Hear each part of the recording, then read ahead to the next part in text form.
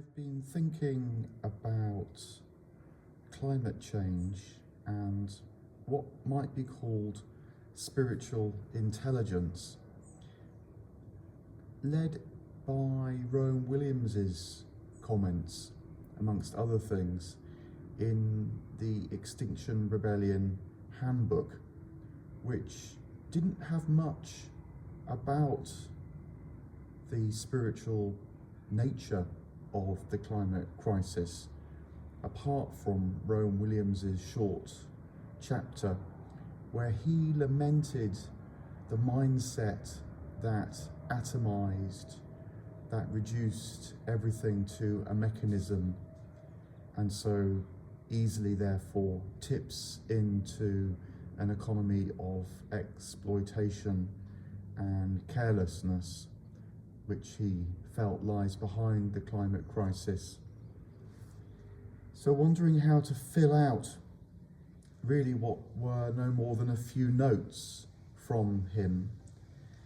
And here are 5 possible principles that might help develop a spiritual awareness around the climate crisis and help cultivate a consciousness which of course is old as well as needing to be new, that might help us move beyond this disastrous mindset that has so gripped modern civilization of mechanism, of carelessness, of fragmentation, of exploitation.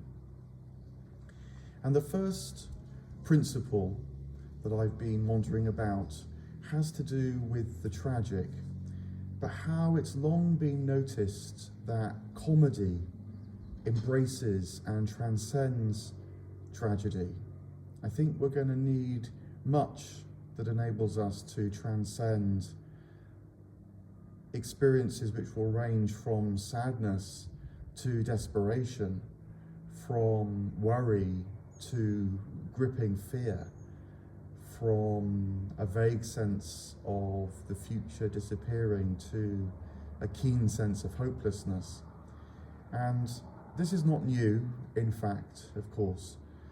And one touch point in Western culture for seeing how there's more than just the tragic goes back to Plato's Symposium, where right at the end, Socrates says the great thing to be able to do would be able to write a comedy that embraced tragedy. And by comedy, he meant just that there's an end which delights, there's an end which holds fast to the good, there's an end where beauty doesn't die, but in its complexity and nuance embraces what's gone wrong. And in many ways, as a literary aim, writing a comedy that embraces a tragedy has been taken up by the great writers. Shakespeare clearly comes to mind, where his comedies are often precipitated after tragic circumstances and all's well that ends well. I think that an important principle to cultivate that links to spiritual intelligence, therefore, is going to be the idea that there is the good that will not let us go, the good that will not let us go. I'm riffing here a bit from the remark made by Francis Spufford in his book Apologetic, where he coins a phrase, the human propensity to fuck things up, formerly known as sin. And that leads him to turn to the version of Christianity that sees Christianity almost as a rescue from disaster. I think we need something a bit more subtle than that. I think that the risk of that is it disempowers, it disengages from life, and so with the best of intentions actually compounds the present problem, and at the very least leaves too many open to exploitation.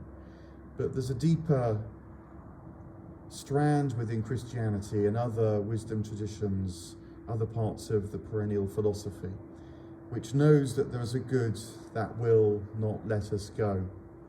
I think Iris Murdoch, for example, was onto this in her book, The Sovereignty of Good. It's why she calls the good sovereign. It stands ever before, within and over us, and even can be experienced as calling us. And the link with Plato is instructive too, because in the symposium, love is discussed. And I think it's love that enables us to see the good that will not let us go. It's the kind of love that is able to hold life close, to keep looking in spite of disaster and difficulty, to keep bringing light to dark times. And therefore it overcomes fear and anxiety and hatred, animosity, conflict, dispute, by cultivating the gaze that can see the good even in the midst of enmity, passion that can tear people apart, has at its core the longing for something that can be perverse, can be twisted, of course, but nonetheless behind it is the good that will not let us go, fostered by the love that can hold close.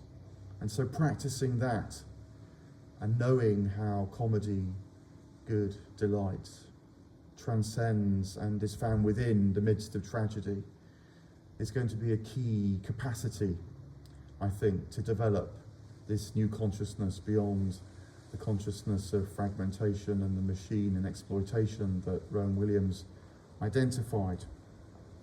It leads to a second principle, a second practice, which is that amidst seemingly endless complexity, simplicity can always be found.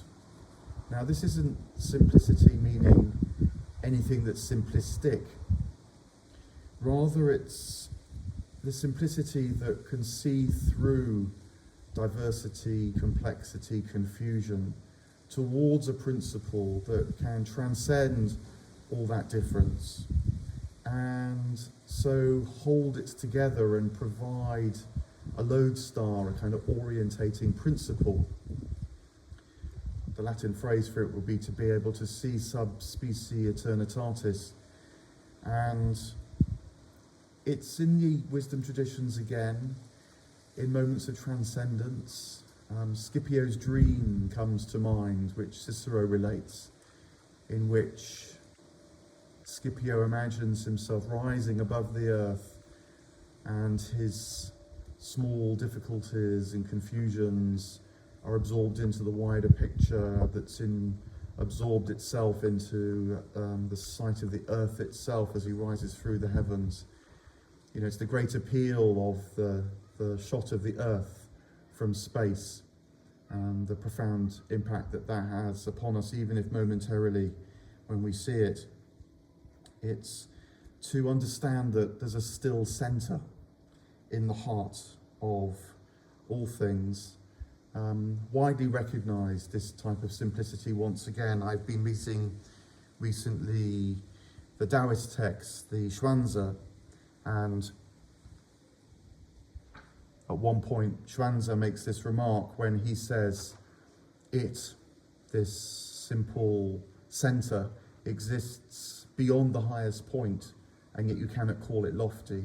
It exists beneath the limit of the six directions, north, south, east, west, up, down, and yet you cannot call it deep.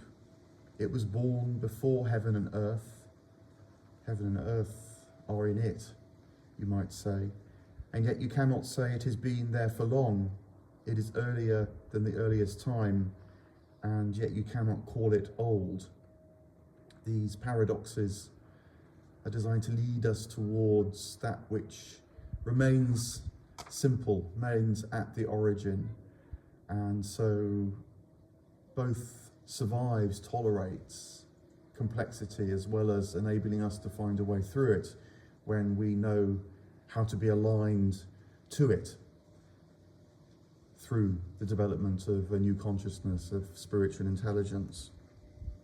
So simplicity amidst the complexity, I think, will be important, practicing that. A third principle, I think, is to learn to think again in terms of the ecology rather than the machine. Williams, in his short chapter in the Extinction Rebellion Handbook, refers to the machine, that not just set of technologies, but much more deeply that whole way of life that has so absorbed the modern world. You know, machines have always existed. The steam engine was known in the ancient Greek world, but no one thought to organize the whole of life around the machine.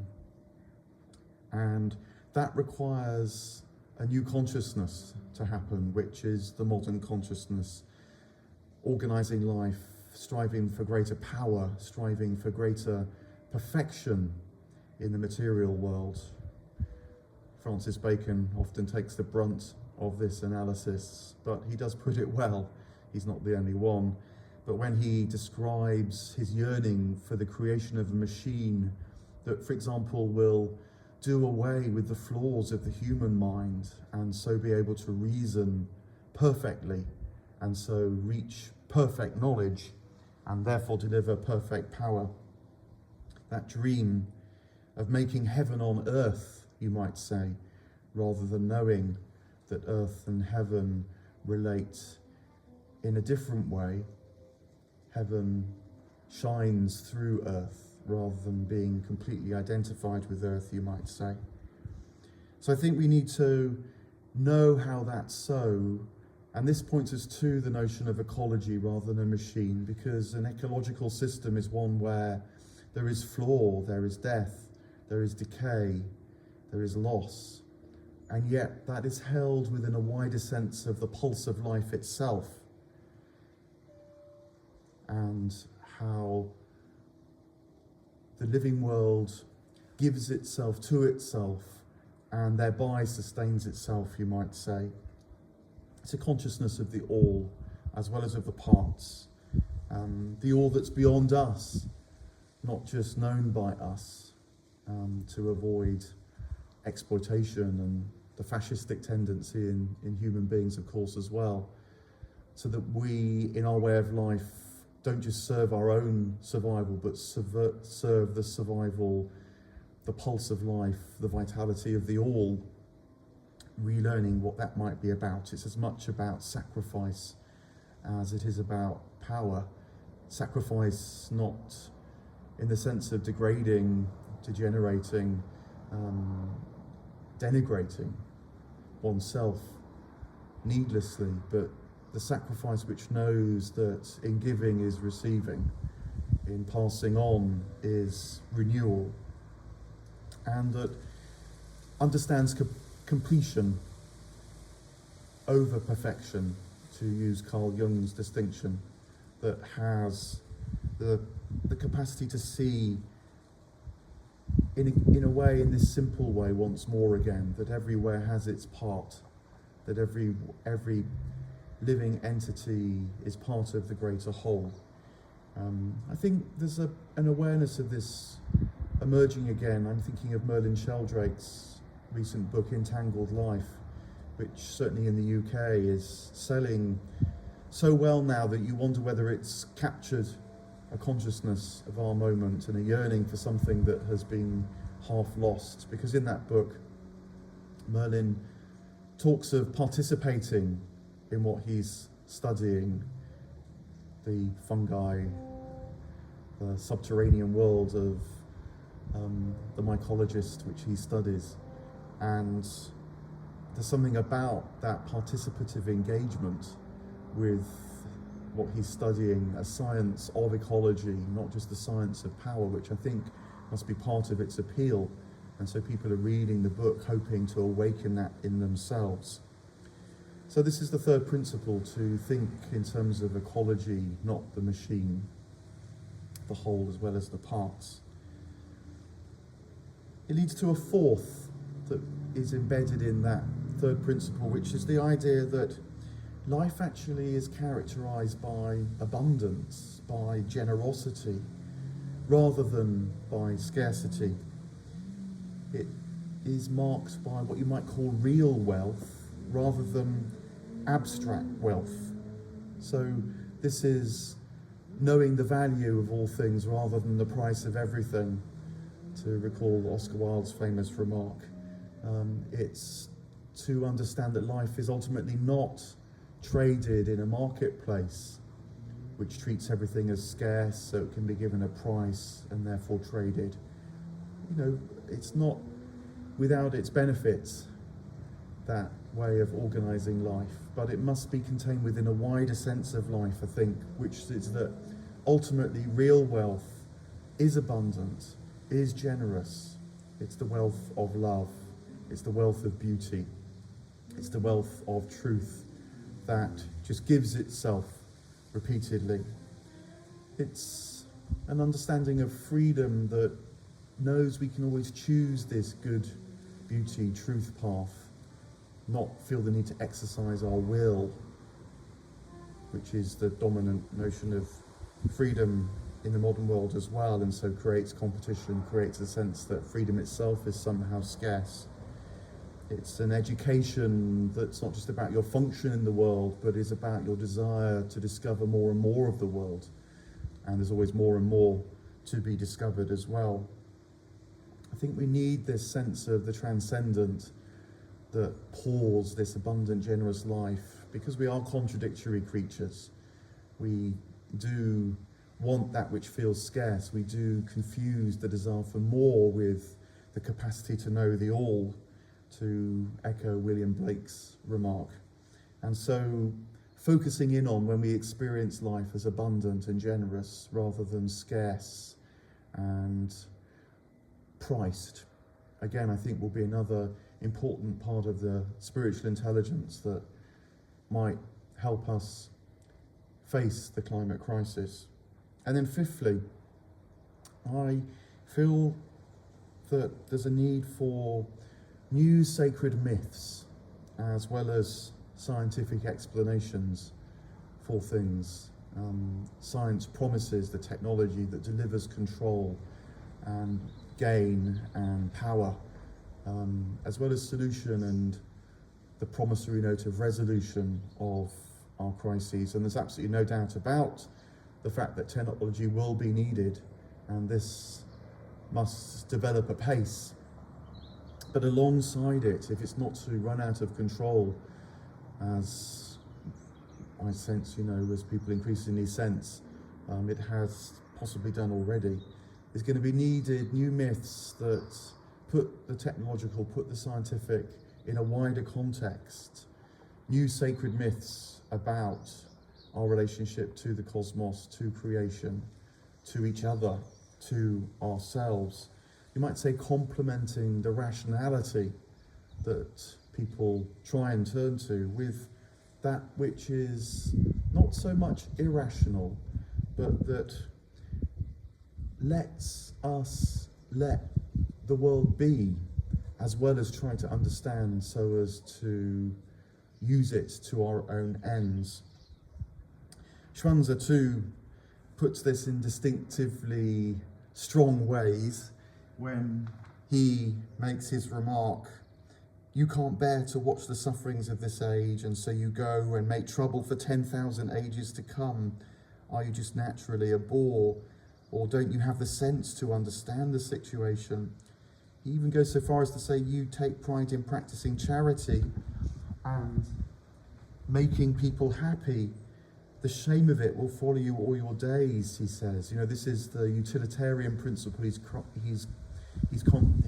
criticising, which seems so rational to try and bring about the greatest happiness for the greatest number, until you reach the point in that cycle which it feels we've reached, where that's leading to mass consumption, a kind of material striving after happiness that can't be delivered, never could, but certainly can't when the resources run out. And so, says Schwanzer, these are the actions, the progress of mediocre people.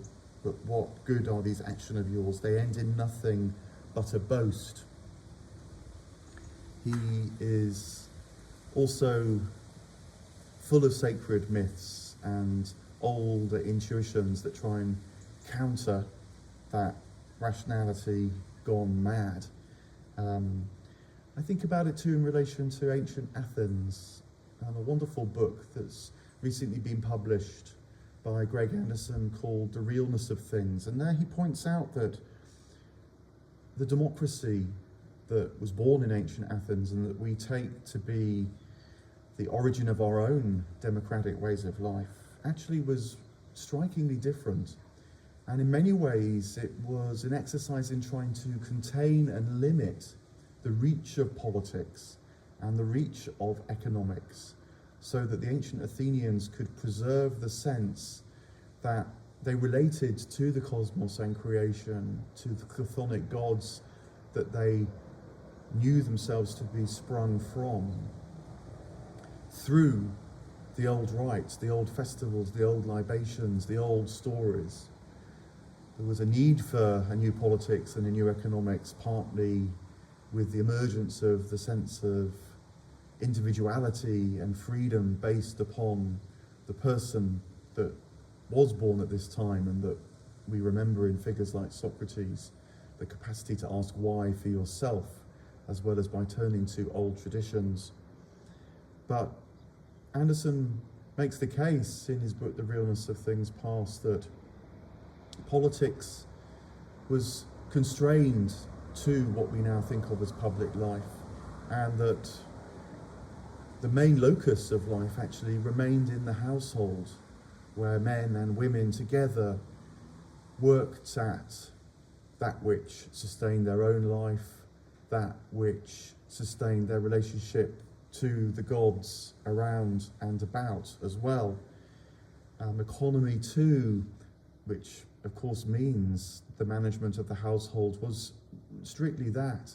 I think they would have been shocked to think that nowadays we think of this abstract economy, managing abstract wealth that can put abstract prices on everything and so claim to embrace the world.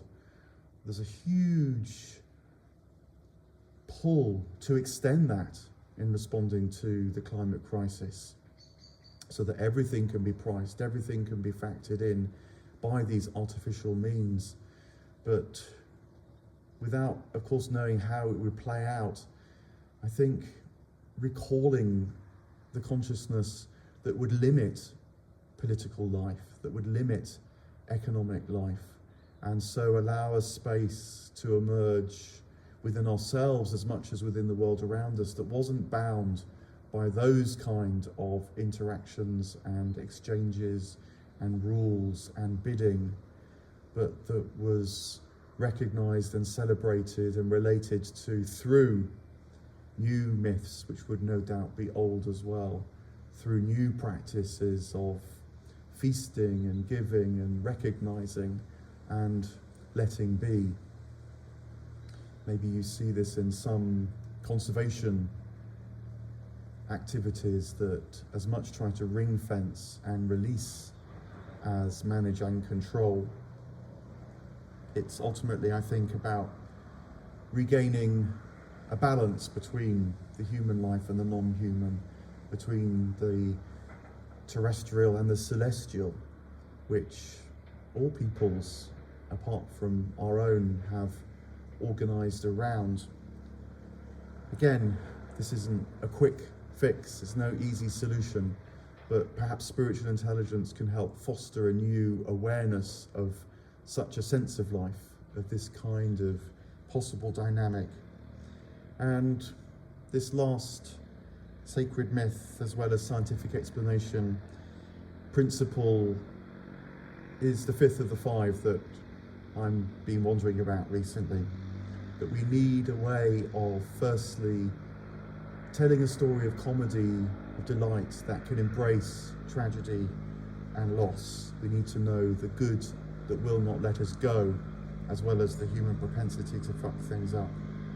Secondly, we need the ability to see and align to that which is simple amidst all the complexity, to see subspecie eternitatis, to see the earth from the widest viewpoint of the heavens, in order to be able to orientate and find our way through the complexity that undoubtedly exists.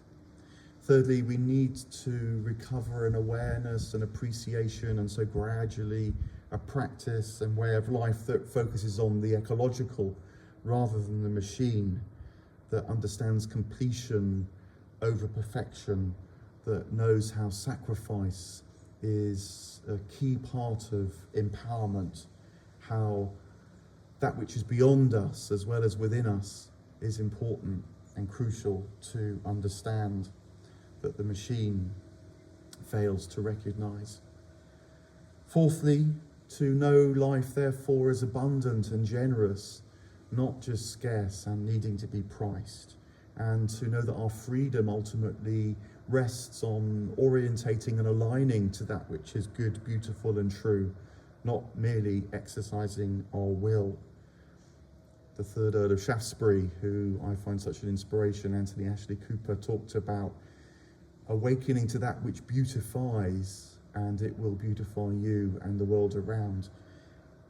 Again, quite how that plays out would be emergent and seen as that consciousness itself developed and established itself within us. But that's the fourth point, abundance and generosity over scarcity, and would no doubt need to be complemented by the fifth element, the quest to revive, remake, rediscover, renew sacred myths that tell us about the relationship between earth and heaven, that tell us about the relationship between the human and the non-human, that tell us about the inside of the whole world, to use Owen Barfield's wonderful expression, as well as our own inside. Psychology, you might say, needs to become cosmology once again. These things perhaps are invitations as well as needs for now. They help us face the crisis with hope, because the crisis, of course, is possibly a turning point, and the old things which have been forgotten, the sacred, the abundant, the ecological, the simple, and the good, might return to us even at this 11th hour.